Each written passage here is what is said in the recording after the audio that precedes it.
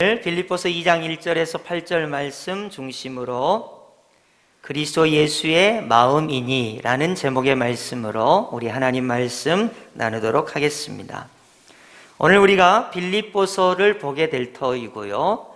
빌립보서를 보려면 빌립보라는 도시가 도대체 어떤 지정학적 위치를 가지고 있는가를 알아야, 사실 우리가 편지를 쓸 때 편지를 쓰는 사람이 속내를 가지고 편지를 받는 사람에게 편지를 보내는 것이기 때문에 먼저 빌립보 지역의 지정학적인 위치를 한번 지도로 살펴보도록 하겠습니다.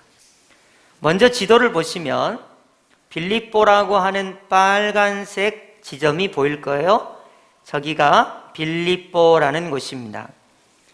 마게도냐라고 하는 지역이 있습니다. 지금도 마케도니아라고 하는 현존하는 국가이고요.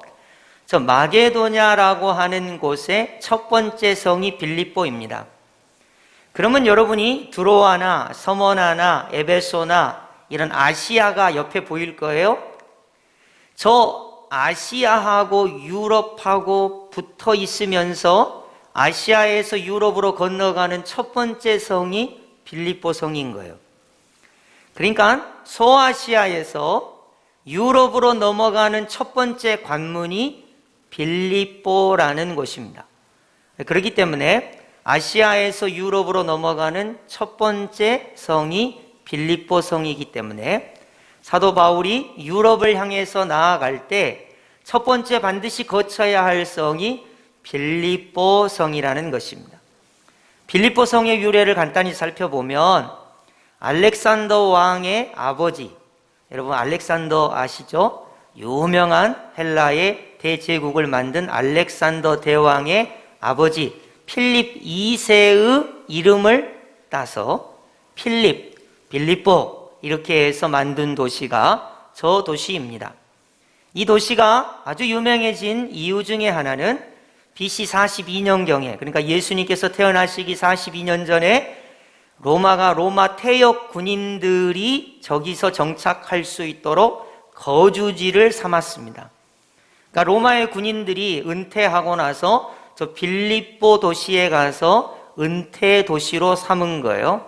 그러다 보니까 저기는 유럽과 아시아를 잇는 교통의 요충지고 유럽과 아시아를 이어요.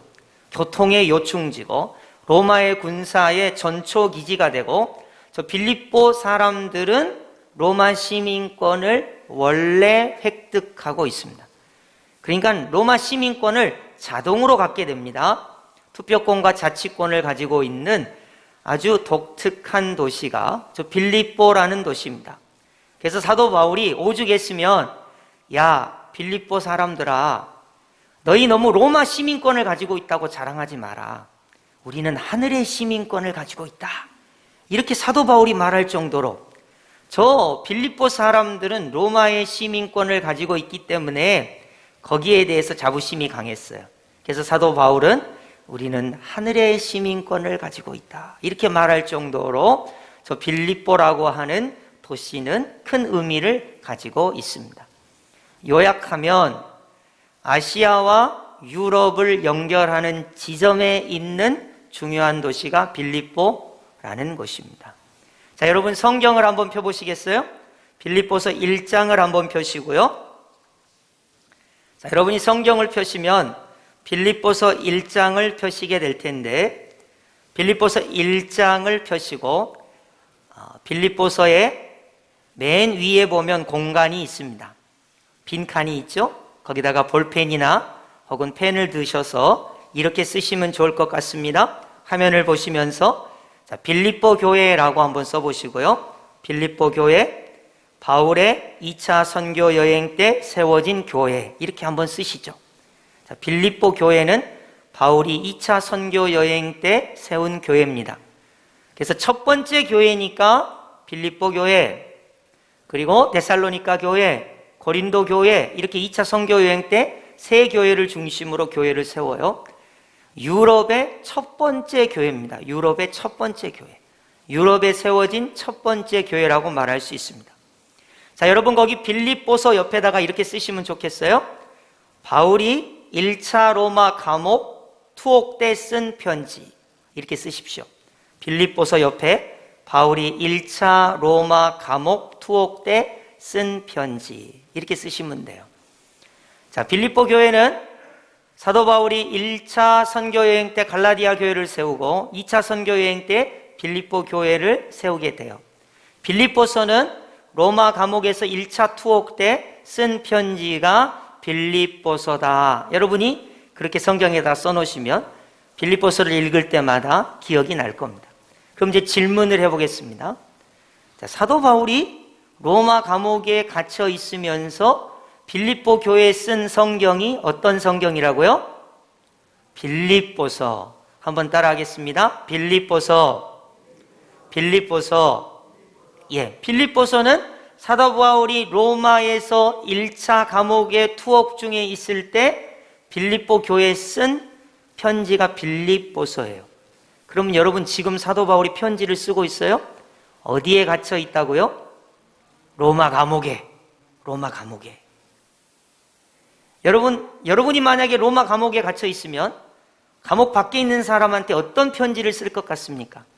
여러분에게 예를 들어서 죄송합니다. 용서하고 들으세요. 그냥 이해를 구하기 위해서 여러분 남편이 있고 아내가 있는데 남편이 갑자기 수갑을 차고 감옥에 갔어요. 그러면 감옥에 있는 남편이 아내에게 편지를 쓴다면 어떤 편지를 쓸 것인가? 여러분이 한번 상상해 보세요. 그리고 감옥 밖에 있는 나는 어떤 마음으로 편지를 기다릴 것인가? 한번 여러분이 상상해 보세요. 사도 바울은 감옥에 있고 사도 바울을 사랑하는 빌립보 교회 교인들은 감옥 밖에 있지만 사도 바울이 이제 편지를 씁니다. 감옥 밖에 있는 빌립보 교인들에게 편지를 쓰고 있습니다. 어떻게 썼을까? 그리고 오늘을 사는 우리는 이 빌립보서의 말씀을 어떻게 적용할까를 생각하시면서 우리 빌립보서 1장 13절 합독해 보겠습니다. 시작. 이러므로 나의 매임이 그리스도 안에서 모든 시위대안과 그 밖의 모든 사람에게 나타났으니. 아멘. 여러분 13절을 잘 보십시오. 이러므로 나의 매임이 그랬습니다. 묶여 있는 거예요. 매여 있는 거예요. 지금 빌립보서를 쓰고 있으니까 이 빌립보서는 옥에서 쓰고 있는 거예요. 사도 바울이 편지를 씁니다. 매여 있는 상태에서, 갇힌 상태에서, 옥에 갇혀 있는 상태에서 빌립보 교회에 편지를 쓰고 있습니다. 자, 14절로 가시면 1장 14절. 빌립보 교회는 감옥 밖에서 이런 일을 하고 있었습니다. 1장 14절 제가 봉독해 드리겠습니다. 형제 중 다수가 나의 매임으로 말미암아 주 안에서 신뢰함으로 겁없이 하나님의 말씀을 더욱 담대히 전하게 되었느니라. 아멘. 이 말씀을 이해하면 이런 거예요. 사도 바울은 옥에 갇혀 있습니다. 묶여 있습니다.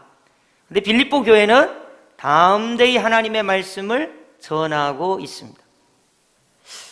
참 사도 바울이 개척한 교회고 사도 바울이 옥에 갇혀 있기 때문에 교인들이 지금 굉장히 충격이 컸을 겁니다. 여러분 남편이 감옥에 끌려갔다고 생각하시고 여러분이 생각해 보세요. 여러분 아내가 감옥에 끌려갔다고 생각하시고 이 편지를 보시면 영락없이 사도 바울과 또 빌립보 교인들이 느끼는 그 긴장감을 느낄 수 있어요. 사도 바울은 감옥에 갇혀 있고 빌립보 교인들은 감옥에 갇혀 있는 사도 바울을 간절히 생각하면서 서로 교통하면서 쓴 편지가 바로 이 빌립보서라는 것입니다. 자, 그런데 빌립보 교회에 두 가지 무리가 나타났어요. 빌립보 교인들이 사도 바울이 옥에 갇혀 있을 때 두 가지 부류가 나타났습니다. 자, 1장 15절 두 가지 부류 중에 첫 번째 부류입니다. 제가 빈칸을 채울 테니까 여러분이 빈칸을 넣어 보세요. 자, 어떤 이들은 무엇과 분쟁으로? 어떤 사람은 투기하면서 신앙생활을 하고 있어요. 자, 다시 분칸을 채워보세요. 어떤 이들은 투기와 무엇으로? 분쟁으로. 그러니까 어떤 사람들은 사도 바울이 옥에 갇혀 있으니까 기회는 이때다 하면서 서로 투기하고 분쟁하는 그런 양상이 나타나기 시작했어요. 그러나 어떤 사람들은 또 다릅니다. 15절 하반절 제가 빈칸을 이렇게 해놓을 테니까 여러분이 채워보세요. 어떤 이들은 어떤 뜻으로 그리스도를 전파하니? 그렇습니다. 어떤 사람들은 분쟁하고 투기하면서 신앙생활을 하는가 하면 어떤 사람은 착한 뜻으로 그리스도를 전파하면서 신앙생활을 하는 것입니다. 그래서 사도 바울이 편지를 쓴 거예요. 야, 아무리 사도 바울이 옥에 갇혀 있지만 투기와 분쟁함으로 신앙생활하지는 말아라. 착한 마음으로 그리스도를 전파하면서 신앙생활을 하자. 사도 바울이 옥에 갇혀 있으면서 그렇게 권면을 하고 있는 것입니다. 여러분, 우리가 신앙생활할 때 그리스도를 전파하는 착한 마음으로 신앙생활을 하는 사람이 있는가 하면 우리 마음이 전쟁터예요. 우리 마음에 막 폭탄이 터지고 총알이 빗발쳐요. 투기와 분쟁의 마음을 가지고 신앙생활하는 분이 있어요. 여러분, 교회에 오면 편안하고 사랑이 넘치고 은혜가 넘치고 기쁘고 감사하고 이래야 교회에 올 맛이 나지요. 안 그렇습니까? 교회에 오는데 막 성질이 나고 교회에 오는데 막 짜증이 나고 시기가 나고 막 싸우고 싶고 이렇게 하면 교회에 오고 싶은 생각이 없는 거예요. 그러니까 사도 바울이 옥에 갇혀 있어요. 여러분, 제가 지금 이렇게 강단에 서서 설교를 하니까 여러분이 평안하지, 갑자기 제가 수갑차고 감옥에 쑥 들어가면 여러분 마음이 어떻겠어요? 그러면 교인들이 당연히 아유, 저 박은효 목사님 뭔 죄를 저질렀는지 모르지만 시원하다 이렇게 말하는 사람이 있고, 아이고 감옥에 있는 우리 박은효 목사님을 위해서 기도해야지, 그런 사람이 있다는 거예요. 그러니까 이 빌립보 교회가 두 개로 나눠져서 투기와 분쟁을 하는 일부의 무리와 또 사도 바울과 같이 복음을 전하기 위해서 애쓰는 착한 마음으로 신앙생활하는 무리로 두 부분으로 나눠지게 되었다는 것입니다.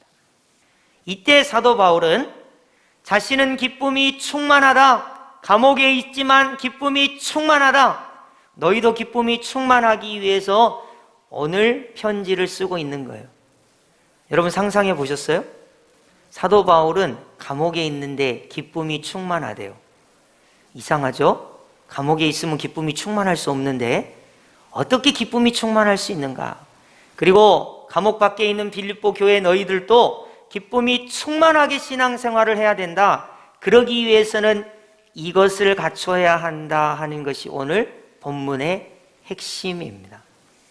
자, 그러면 어떤 상황 속에서도 기쁨이 충만하기 위해서는 도대체 어떻게 해야 하는가? 오늘 말씀을 생각해 보도록 하겠습니다. 오늘 본문 빌립보서 2장 1절 우리 다 함께 합독하겠습니다. 시작. 그러므로 그리스도 안에 무슨 권면이나 사랑의 무슨 위로나 성령의 무슨 교제나 긍휼이나 자비가 있거든. 아멘.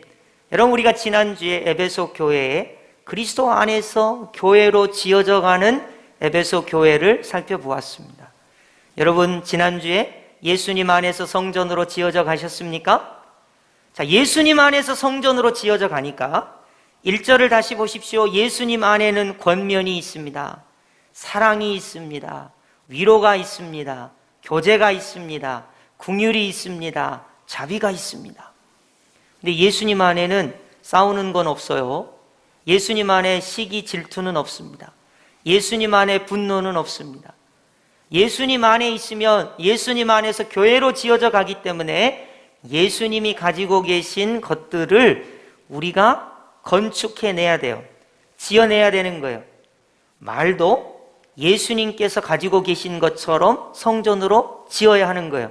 생각도 예수님의 성전이기 때문에 예수님이 가지고 계신 생각으로 건축이 돼야 되는 것입니다. 그런데 오늘 본문 3절을 한번 보시기 바래요. 표를 한번 보여주시겠어요? 2절, 3절, 4절 중에 3절, 제 쪽에서 오른쪽에 보이는 거 보십시오. 아무 일에든지 다툼이나 허영으로 하지 말고.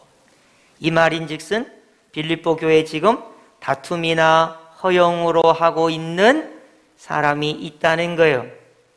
예수님 안에서 성전으로 지어져 가고 있는데 다툼이나 허영으로 성전을 짓고 있다. 사도 바울은 그러면서 2절에서 4절 제가 하나하나 읽어드리겠습니다. 제발 다툼이나 허용으로 하지 말고 마음을 같이 해라. 마음을 같이 해라. 신앙생활할 때 사도 바울이 옥에 갇혀 있지만 마음을 같이 해라. 같은 사랑을 가져라. 뜻을 합하라. 한 마음을 품어라. 여러분 거기다 밑줄 그어 보시겠어요? 오직 겸손한 마음으로, 겸손한 마음으로, 겸손한 마음으로 각각 자기보다 남을 낮게 여겨라. 다툼이나 허용으로 하지 말아라. 각각 자기 일을 돌볼 뿐만 아니라 다른 사람의 일을 돌보아 그랬습니다. 4절 하반절 우리 다 함께 합독해 볼까요? 4절 하반절입니다. 함께 읽습니다. 시작. 나의 기쁨을 충만하게 하라. 아멘. 한번 따라 하겠습니다. 기쁨을 충만하게 하라. 기쁨을 충만하게 하라. 사도 바울의 표현입니다. 지금 옥에 갇혀 있는데 기쁨을 충만하게 하라. 여러분 지금 감옥 밖에 있는 빌립보 교인들에게 기쁨을 충만하게 하라 그랬습니다. 여러분 한번 물어볼게요. 옆 사람을 한번 보시고 비말은 튀기지 않게 마스크를 잘 쓰시고 물어보세요. 지금 기쁘세요? 이렇게 한번 물어보세요. 지금 기쁘세요?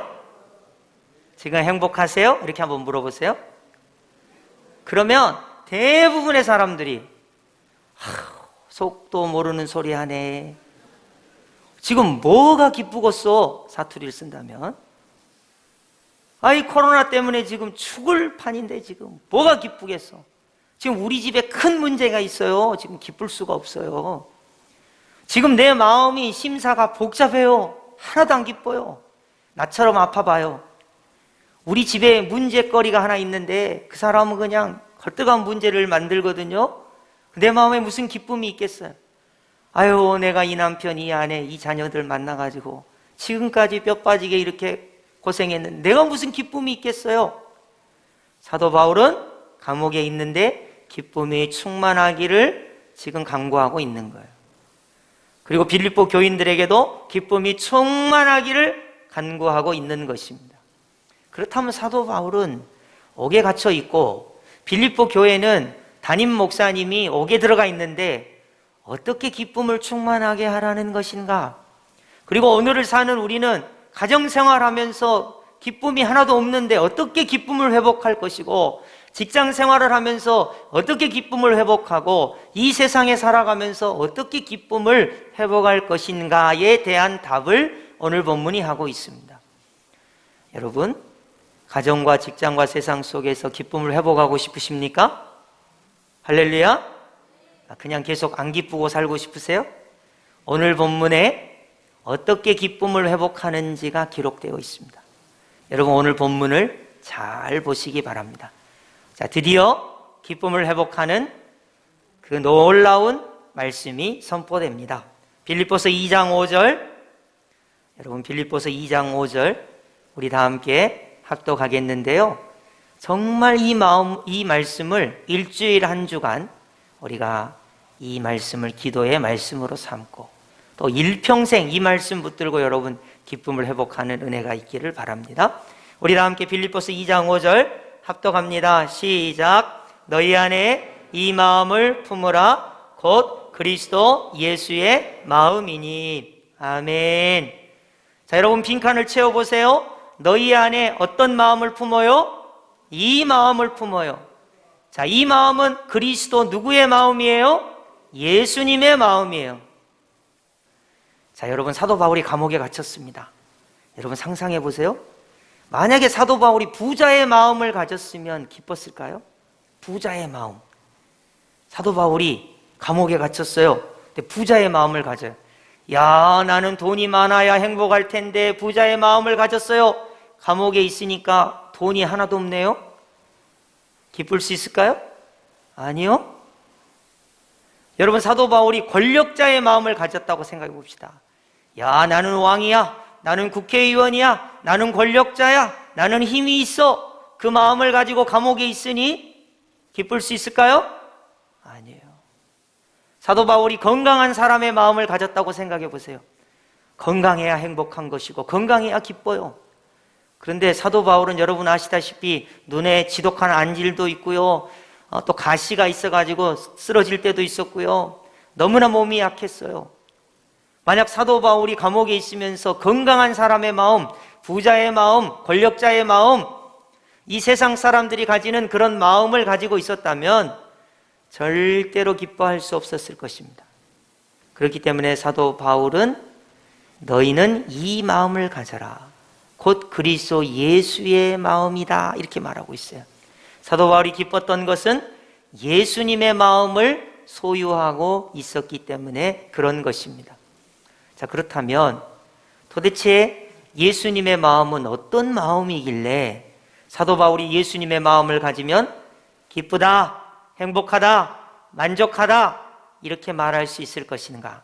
우리 예수님의 마음을 한번 살펴볼까요? 그리고 이 예수님의 마음을 나도 소유하리라 라는 마음으로 여러분 뚫어지게 말씀을 쳐다보시기 바랍니다. 자, 오늘 본문 빌립보서 2장 6절, 예수님의 마음은 이런 마음이에요. 자, 6절 우리 합독하겠습니다. 시작. 그는 근본 본체, 하나님의 본체시나 하나님과 동등됨을 취할 것으로 여기지 아니하시고. 아멘. 말씀을 잘 보시기 바랍니다. 우리 예수님은 이런 마음을 가지셨다는 거예요. 원래 우리 예수님은 하나님과 본체이세요. 하나님과 똑같다는 거예요. 하나님 이꼴 예수님이에요. 하나님이 전능하신 하나님이라면 우리 예수님도 전능하신 하나님이에요. 하나님께서 말씀으로 천지를 창조하신다면 우리 예수님께서도 말씀으로 천지를 창조하시는 거예요. 우리 예수님의 영광과 능력과 지위는 하나님과 동일하신 거예요. 그런데 우리 예수님은 어떤 마음을 가지셨냐면 하나님과 동등하신 예수님께서 이런 마음을 가지셨어요. 내가 인류를 구원하기 위하여 하나님과 동등하지만 그 마음을 버리고 인류를 불쌍히 여기는 마음으로, 인류를 구원하기 위한 마음으로 인간의 몸을 입고 이 땅에 내려가야 되겠다. 그런 마음을 가지셨다는 거예요. 또 인간을 구원하기 위하여 고난을 당해야 되겠다. 그런 마음을 가지셨다는 거예요. 또 인간을 위해서 손과 발에 못이 박히고 머리에 가시면류관을 쓰고 옆구리에 창이 찔려서 피를 다 쏟아서 죽어야 되겠다는 마음을 가졌다는 거예요. 그것뿐만 아니라 인간들을 구원하기 위하여 십자가에서 온갖 인류의 저주를 다 덮어 쓰시고 그 죄의 길을 걸어가셔야 되겠다. 십자가의 길을 걸어가야 되겠다. 이런 마음을 가지고 계셨다는 것입니다. 그것이 바로 예수님의 마음인 거예요. 자, 그러면 예수님의 마음을 사도 바울이 가졌다니까 감옥에서 한번 대입을 해볼까요? 감옥에서. 자, 사도 바울은 옥에 갇혔습니다. 자, 아까 부자의 마음으로는 기쁠 수가 없었어요. 권력자의 마음으로도 기쁠 수가 없었습니다. 건강한 사람의 마음도 마찬가지예요. 이 세상의 어떤 위인의 마음으로도 그가 기쁠 수 없었습니다. 이제 예수님의 마음을 딱 가졌어요. 내가 감옥에 있네. 예수님의 마음을 가졌어요. 아, 우리 예수님은 높고 높은 하나님 보좌를 버리시고 나 같은 죄인을 구원하시기 위하여 낮고 낮은 이 땅에 인간의 몸을 입고 오시고 고난을 당하시고 채찍에 맞으시고 십자가에 못 박혀 죽으시기까지 그렇게 낮아지셨구나. 내가 예수님의 마음을 가지니, 아, 내가 옥에 있으니 예수님의 마음을 가지니 참 기쁘구나. 내가 예수님 때문에 고난을 당하고 예수님의 나라를 위하여 복음을 전하고 이렇게 하다가 고난을 당하고 옥에 갇혀 있으니 기쁘구나. 예수님처럼. 여러분, 만약 사도 바울을 누군가 때렸다면 옥에서 예수님 용서하는 마음, 예수님 사랑하시는 마음, 예수님 화해시키는 그 마음을 사도 바울이 가지니, 아, 내가 기쁘구나. 이것이 바로 예수님의 마음을 가진 자의 모습이라는 거예요. 여러분, 우리에게 한번 적용해 볼까요? 자, 여러분 가정에 가시면 당장 남편과 아내가 있습니다. 여러분, 남편과 아내를 규정하는 사자성어가 있대요. 사자성어. 아마 못 들어보셨을 거예요. 조금 웃긴 말인데 평생원수라는 사자성어가 있어요. 평생원수.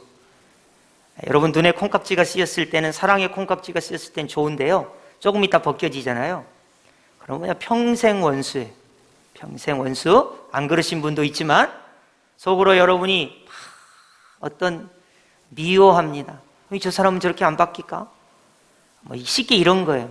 양말을 좀 밖에서 들어오면 잘 개켜갖고 빨래통에 넣어놔라 그랬는데 30년 동안 한 번도 안 들어주는 거 있죠. 그냥 아무데나 버려놓는 거예요. 어쩌면 저렇게 내 말을 안 들을까? 그러면서 속으로 못마땅해 하고 있어요. 자, 이때 당신의 마음을 가지고 있기 때문에 기쁘지 않은 거예요. 점검해 보세요. 그건 다 내 마음이죠. 남편이 양말 좀 제대로 벗어줬으면 좋겠다. 이것 좀 제대로 해줬으면 좋겠다. 그건 당신의 마음이에요. 예수님의 마음을 품으면 어떻게 될까요? 그 순간에 우리가 기도하는 거죠. 하나님, 내게 예수님의 마음을 주십시오. 예수님의 마음을 품게 하여 주십시오. 자, 양말을 봤어요? 막 너저러져 있어요. 기도해 보세요. 예수님의 마음을 주시라고. 과연 우리 예수님께서 양말을 들고 남편 콧구댔다 흔들면서 여보, 양말을 이렇게 벗으라고 했어? 몇 년 동안 내가 이야기했어. 우리 예수님께서 그렇게 하실까요?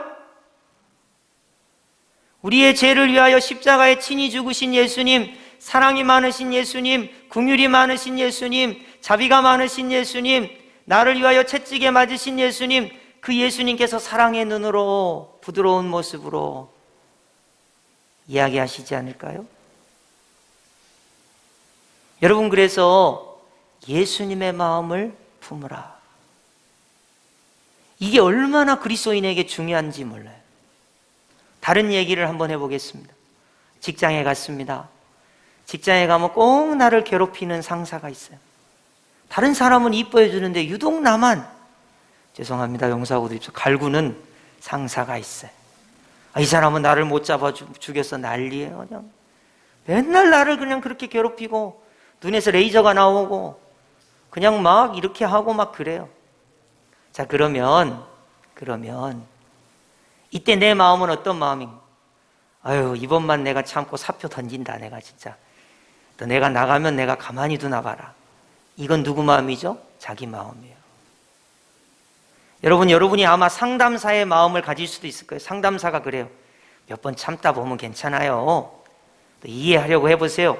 그것도 한두 번이지 상담사의 마음으로도 안 돼요.